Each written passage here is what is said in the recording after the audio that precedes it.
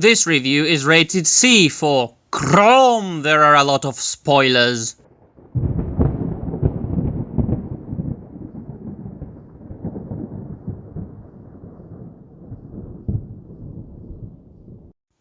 Where's everybody, and welcome to yet another video. And finally, I am back with another review of Conan the Barbarian comic book series by Titan Comics, written by Jim Zub.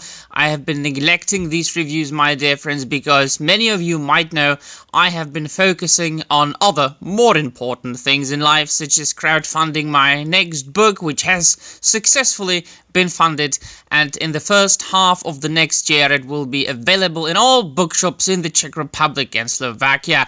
And I've also contributed to and work as an editor of the Czech translation of the Great Hobbit Encyclopedia. But now, when I have a little bit more spare time, I can focus on the relaxing things and reviewing the good stuff for you. We shall look at issue 2 now to catch up. I know that as of making of this video, issue 4 or 5 is out, but we will get there, don't worry. It has consistently been a good read, an excellent read, both as far as the writing goes and the artwork.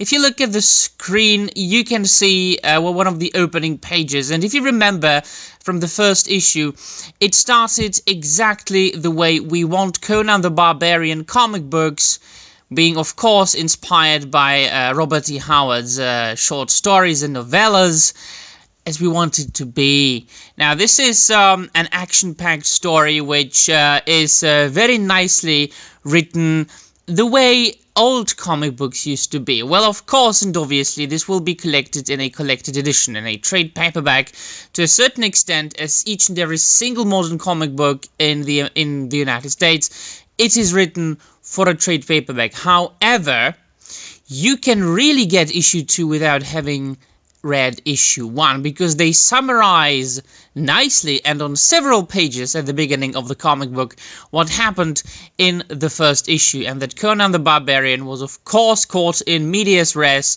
as it always or very often happens in the middle of well, a fight, and he was in a camp with other travelers, and he was arguing with a man, so on and so forth, yada yada.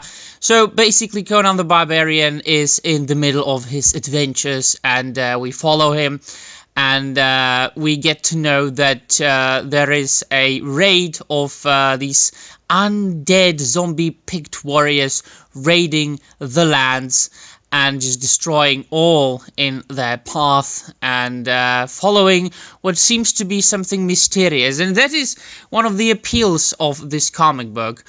There is mystery. We are introduced to the character of Conan the Barbarian, so this series alone is really, if you are new to Conan, you can just get this not knowing who Conan is, because they explain who he is and what he is all about. And at the same time, we've got this mystery in the form of this undead army marching towards Cimmeria and further. And he teams up with this chick who is from the same tribe as the pigs there.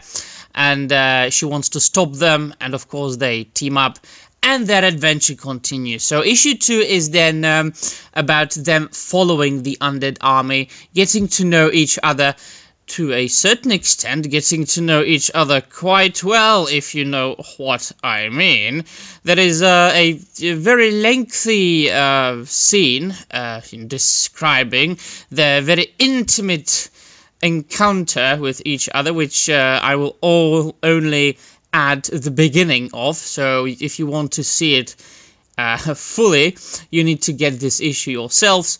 And just all in all, if you look at the pages, not only is it written in an interesting way, so that we have everything that we want from the classic stories of Conan the Barbarian, which is sandals and swords and muscles and beautiful women, adventure and fights, big ass as bad as muscled men and fight scenes on every couple of pages, and also mystery, sorcery, magic, but also, as far as comic books go, which is a visual medium, we have beautiful, extraordinary artwork. Now, I appreciate this artwork very much indeed. It is a breath of fresh air today to see that the interior of a comic book issue really corresponds with the covers. It very often happens, not in all cases. I'm not one of those people who would be telling you that all modern entertainment sucks, because it is simply not true, and everybody who is saying that is a liar or just doesn't know anything about the entertainment. It is a fact that the majority of modern entertainment sucks, but there is still a lot of good things to find. And so it very often happens that in the big two publishers, Marvel and DC Comics, they have beautiful covers, mainly DC then. But if you look in the inside, it's meh and bland and boring. Not in this case. This is a very, very skilled and beautifully drawn and inked and also colored artwork, which just strikes and attracts your eyes, and you find yourself inspecting the artwork for minutes at a time, just enjoying it and absorbing it. Now we get to know that these undead warriors are following some sort of strange, mysterious power which emanates light from the skies from time to time, and they stop and just bask in the light, apparently giving them power.